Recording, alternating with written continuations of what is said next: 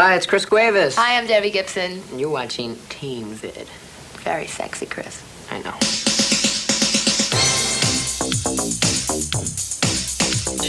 We met in August of '90. My dad, well, I guess I'll just tell you. Tell the whole story. My father has been my backing, right? And since I was old enough to open my mouth, and he always told me, if music is what I want, well, then he was going to give his best, and if I ever changed my mind, then he would just go fishing on weekends, and I'd play basketball on weekends, or whatever. I've always wanted music. I've always wanted to succeed in music. And he always does this with stories, drags them out. I'm not dragging it out. Anyway. She asked how we met. Well, I'm telling you how we met. But I got to tell you, little background stuff so you can understand how we met.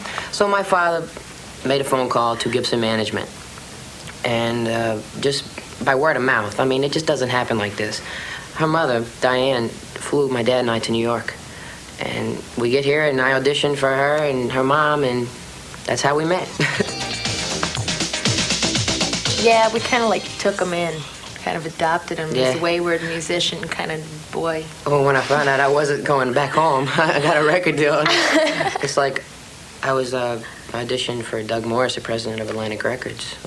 Just played from live in his office. Right. And he signed me right there on the spot. And I found out I wasn't going back to Mississippi, so I had to live somewhere.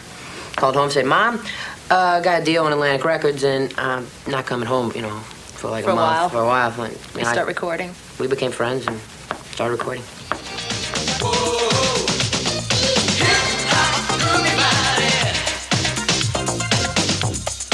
My mom knew that I was serious because music always consumed me.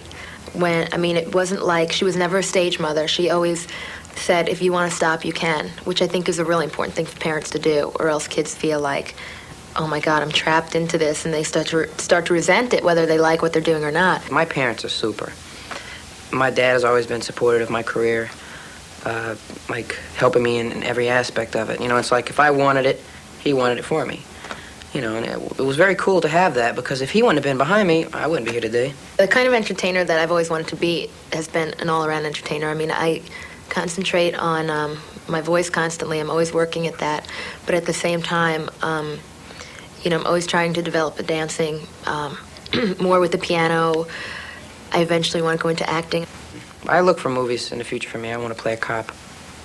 I do, I like karate. I'm into karate. I've taken it, and I want to do movies. Not a Steven Seagal or anything, but I want to do something.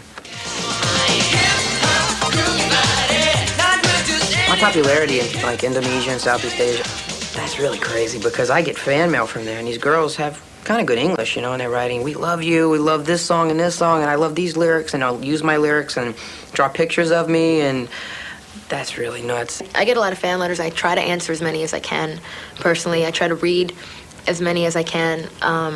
It does get really hard, though, because when you get, an overwhelming amount of mail, you think, well, if I was going to spend my time reading all the mail, then I would have to stop performing because there wouldn't be enough time, and that's the very thing people are writing to you about.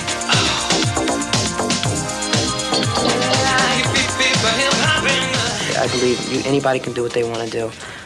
What did Deborah say? If you put your mind to it, anything is possible. As far as what you want out of life, I think anything is possible. Hi, I'm Debbie Gibson. And I'm Chris Cuevas. Wait a minute.